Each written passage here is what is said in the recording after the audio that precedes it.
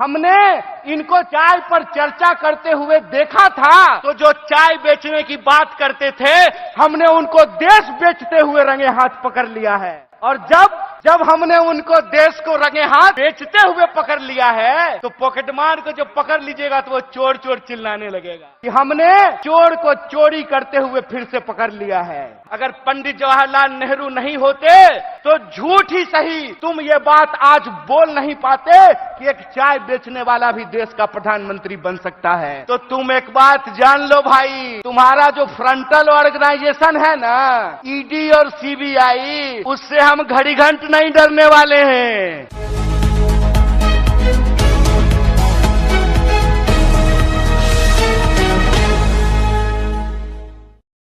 दोस्तों, ये हम सब के लिए बड़े गर्व की बात है कि देश की सबसे पहली और सबसे पुरानी राजनीतिक दल, जो एक राजनीतिक दल नहीं है, जिसने आज के भारत का नींव रखा है, उस पार्टी का हम स्थापना दिवस मना रहे हैं। ये हमारे लिए गर्व की बात है।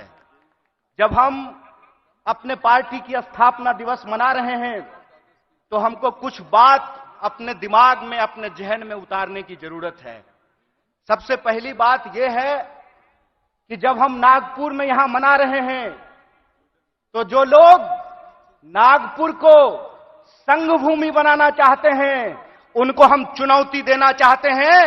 जब तक कांग्रेस पार्टी जिंदा रहेगी, जब तक इस देश में एक भी कांग्रेसी कार्यकर्ता जिंदा रहेगा, अपने रक्त के आखिरी कतरे तक नागपुर को संघ भूमि नहीं, दीक्षा भूमि बना करके रखेगा। इस बात को याद रखिएगा। इस बात को याद रखिएगा कि जिस देश में हत्यारों का गाना गाया जा रहा है, उस देश में महात्मा गांधी पैदा हुए हैं। और महात्मा गांधी ने जिस पार्टी को बनाया है, जब तक वो पार्टी जिंदा रहेगी, तब तक आप इंसान को इंसान से नहीं लड़ा सकते हैं। हम बोलते रहेंगे, रघुपति राघव राजा राम, पतित पावन सीताराम, ईश्वर अल्लाह तेरो नाम, सबको सन्मति दे भगवान। हम यह तराना गाता रहेंगे, इस बात को याद रखिएगा। और जब आज हम पूरे देश को यह संदेश देना चाहते हैं भारतीय राष्ट्रीय कांग्रेस की तरफ से कि हैं तैयार हम, तो किस बात के लिए तैयार हैं हम तैयार हैं इस देश के संविधान की रक्षा करने के लिए। आप तैयार हैं कि नहीं हैं? इतनी जोर से आवाज लगाइए कि यह आवाज नागपुर से दिल्ली तक पहुंचनी चाहिए। आप तैयार हैं कि नहीं हैं? हम तैयार हैं इस देश की जमहूरियत को बचाए रखने के लिए। हम तैयार हैं इस देश में कमर तोड़ महंगाई को समाप्त करने के लिए। हम तैयार हैं इस देश के नौजवानों को रोजगार मुहैया कराने के लिए। हम तैयार हैं महिलाओं के ऊपर होने वाले अत्याचार को समाप्त करने के लिए। हम तैयार हैं आजाद देश में आजादी की रक्षा के लिए। हम तैयार हैं, यह हमारा संकल्प है। और जब हम इस संकल्प को दोहरा रहे हैं, तो एक चुनौती भी हम लोगों को समझना पड़ेगा भाइयों। चुनौती यह है कि आप में से बहुत सारे लोगों को एक अनुभव हुआ होगा कि जब आप किसी पॉकेटमार को ट्रेन में पॉकेटमारी करते हुए पकड़ लेंगे, तो पॉकेटमार इतना चालाक होता है कि वही जोर से चोर चोर चिल्लाना शुरू कर देता है। बोलिए, होता है कि नहीं होता है? आज हमारे साथ इस देश की सबसे पुरानी पार्टी, इस देश को आजादी दिलाने वाली पार्टी, महात्मा गांधी की पार्टी, पंडित जवाहरलाल नेहरू, सुभाष चंद्र बोस, मौलाना अबुल कलाम आजाद, सरदार वल्लभ भाई पटेल, एनी बेसेंट, सरोजिनी नायडू की पार्टी के साथ भी यही हो रहा है कि हमने चोर को चोरी करते हुए फिर से पकड़ लिया है।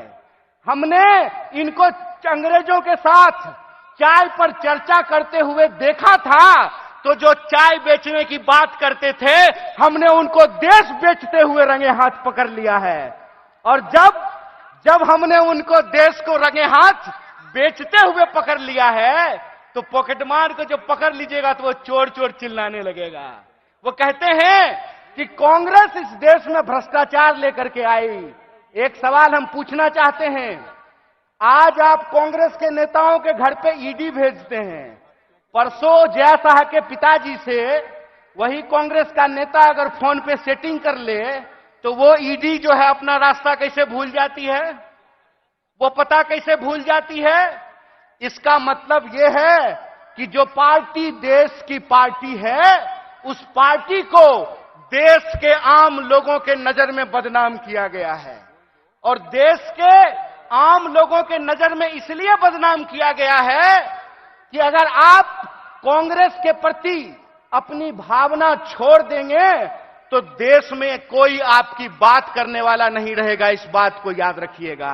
इसीलिए इस मंच से मैं आप तमाम लोगों से एक बात की अपील करना चाहता हूं कि हे कांग्रेस के कार्यकर्ताओं, जब आप चाय की दुकान पर बैठते हैं, जब आप ट्रेन से यात्रा करते हैं, जब आप बसों में चलते हैं, जब आप खेतों में चर्चा करते हैं, दफ्तरों में चर्चा करते हैं, तो एक बात को याद रखिएगा, एक बात को याद रखिएगा कि सामने वाला जब आपको जलील करता है ना, तो वो आपको जलील करने से पहले अपने मां बाप को जलील कर रहा होता है, अपने पूर्वजों को जलील कर रहा होता है। क्योंकि कांग्रेस पार्टी इस देश का इतिहास है, वर्तमान है और इस देश की आम आवाम का भविष्य है। यह बात हमको समझना पड़ेगा। हमको समझना पड़ेगा कि कांग्रेस पार्टी अंग्रेजों से लड़ करके इस देश को आजादी दिलाई। आजाद भारत में पहली बार ऐसा हुआ कि दलितों को और ब्राह्मणों को बराबरी का वोट का अधिकार मिला। आजाद भारत में पहली बार ऐसा हुआ कि महिलाओं और पुरुषों को बराबरी का वोट का अधिकार मिला। आजाद भारत में पहली बार ऐसा हुआ कि राजे राजवाड़ा का वोट भी एक और नाली में उतर करके गटर साफ करने वाले का भी वोट एक, ऐसा भारतीय राष्ट्रीय कांग्रेस स्थापित करके आई। मैं कहता हूं कि जिस पंडित जवाहरलाल नेहरू को लोग आज संसद में खड़ा होकर के गालियां देते हैं, याद रखना मेरे दोस्त, अगर पंडित जवाहरलाल नेहरू नहीं होते तो झूठ ही सही तुम ये बात आज बोल नहीं पाते कि एक चाय बेचने वाला भी देश का प्रधानमंत्री बन सकता है। कांग्रेस का इतिहास यह है कि हम इस देश की आम आवाम के लिए लड़े थे, लड़े हैं और लड़ेंगे। इसीलिए माननीय मल्लिकार्जुन खड़गे साहब अपने 50 साल के राजनीतिक इतिहास में एक कांग्रेस के आम कार्यकर्ता से भारतीय राष्ट्रीय कांग्रेस के राष्ट्रीय अध्यक्ष बने हैं। यह है कांग्रेस पार्टी का लोकतांत्रिक इतिहास, यह है इस देश का इतिहास। इसीलिए आप तमाम कार्यकर्ताओं से मैं अपील करना चाहता हूं कि आज जो देश की हालत है, जिस तरीके से किसान आत्महत्या कर रहे हैं, जिस तरीके से हर घंटे नौजवान आत्महत्या कर रहा है, इसीलिए हमको इस संकल्प के साथ चलना पड़ेगा कि ये हमारी कांग्रेस है, हम सब की कांग्रेस है, यह हमारा देश है, हम सब का देश है और इसको बचाने के लिए अपने शरीर के आखिरी खून के बूंद तक हमको संघर्ष करना पड़ेगा। तो आप बताइए, चुनावी हार जीत अपनी जगह पे है, देश बचाने के लिए, संविधान बचाने के लिए, सबको शिक्षा के लिए, सबको काम के लिए आप तैयार हैं कि नहीं हैं? अगर आप तैयार हैं तो आखिरी बात बोल करके मैं अपनी बात को खत्म करूंगा। हमारी रगों में उन पूर्वजों का खून बहता है जिन्होंने इस देश को अंग्रेजों की 200 साल की गुलामी से आजादी दिलाई थी। जब हमारे पुरखे अंग्रेजों की टैंक से नहीं डरे, जब हमारे पुरखे बलिदानियों का इतिहास बनाया, जब हमारे पुरखे फांसी के फंदे को हंसते हंसते चूम लिया, तो तुम एक बात जान लो भाई, तुम्हारा जो फ्रंटल ऑर्गेनाइजेशन है ना, ईडी और सीबीआई, उससे हम घड़ी घंट नहीं डरने वाले हैं। आप लोग डरने वाले हैं क्या? तो इस देश की बचाने की लड़ाई में सबको शिक्षा के लिए, सबको काम के लिए और इस देश के हर आवाम को बराबर के आत्मसम्मान के लिए आप संघर्ष करेंगे कि नहीं करेंगे? अगर हम पूरी तरह से संघर्ष करेंगे तो आखिरी अपील के साथ, आखिरी बात के साथ अपनी बात खत्म करता हूं कि कहते हैं कि कैसे आकाश में सुराख नहीं हो सकता, एक पत्थर तो तबीयत से उछालो यारो। अगर कांग्रेस का एक एक कार्यकर्ता आज भी गांधी को अपने दिलों में बसा करके सड़कों पे निकल जाए तो इनको हम सिर्फ हराएंगे नहीं बल्कि एक नए भारत के सपने का निर्माण करेंगे। इन्हीं शब्दों के साथ एक बार पुनः अपने पूरे नेतृत्व को अपनी बात को खत्म करूंगा।